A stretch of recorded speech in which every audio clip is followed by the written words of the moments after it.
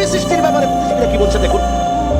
পৃথিবী সৃষ্টির ব্যাপারে বিজ্ঞানীরা বলছেন যে এই পৃথিবী এরকম ছিল না। তো কিরকম ছিল?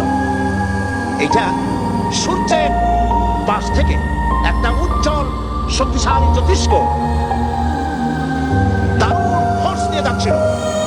সেই ফোর্স সহ্য করতে না পেরে সূর্যের একটি দুর্বলতম অংশ সূর্য থেকে ছিটকে মহাশূন্যে পড়ে গেল, আর ঘুরতে ঘুরতে এই পৃথিবীর অস্তিত্ব লাভ করল। বিজ্ঞানের এই কথা যদি বিশ্বাস করতে হয়, তাহলে আমাকে বলতে হয় এখন তো মানুষেরা আর পৃথিবীতে ধরছে না, ঠিক কিনা? কথা বলছে না? মানুষ পৃথিবীতে এখন ধরতেছে, বিভিন্ন দেশ খালি বলতেছে মানুষ কমাও, সন্তান কমাও, বিভিন্ন পদ্ধতি গ্রহণ করো, আর মানুষ বাড়ায়ও না।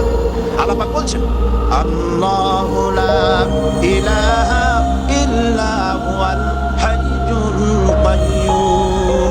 আল্লাহ হচ্ছেন তিনি যিনি ছাড়া কোনো ইলাহ নাই। লা ইলাহা ইল্লা, তিনি ছাড়া কোনো ইলাহ নাই, সার্বভৌমত্বের মালিক কেউ নাই। এই যে লা ইলাহা, কোনো ইলাহ নাই,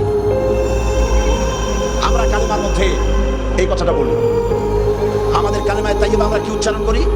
লা ইলাহা ইল্লাল্লাহু মুহাম্মাদুর রাসূলুল্লাহ। জোরে পড়েন লা ইলাহা,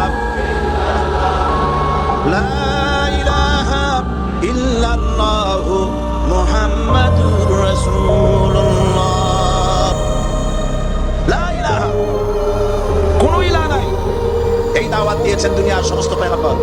এটা কি শুধু রাসূলুল্লাহর দাওয়াত ছিল? সমস্ত নবীদের স্লোগান ছিল একটা। সমস্ত নবীদের স্লোগান ছিল কয়টা? সবাই বলুন, কি সেই স্লোগান? লা ইলাহা ইল্লাল্লাহ।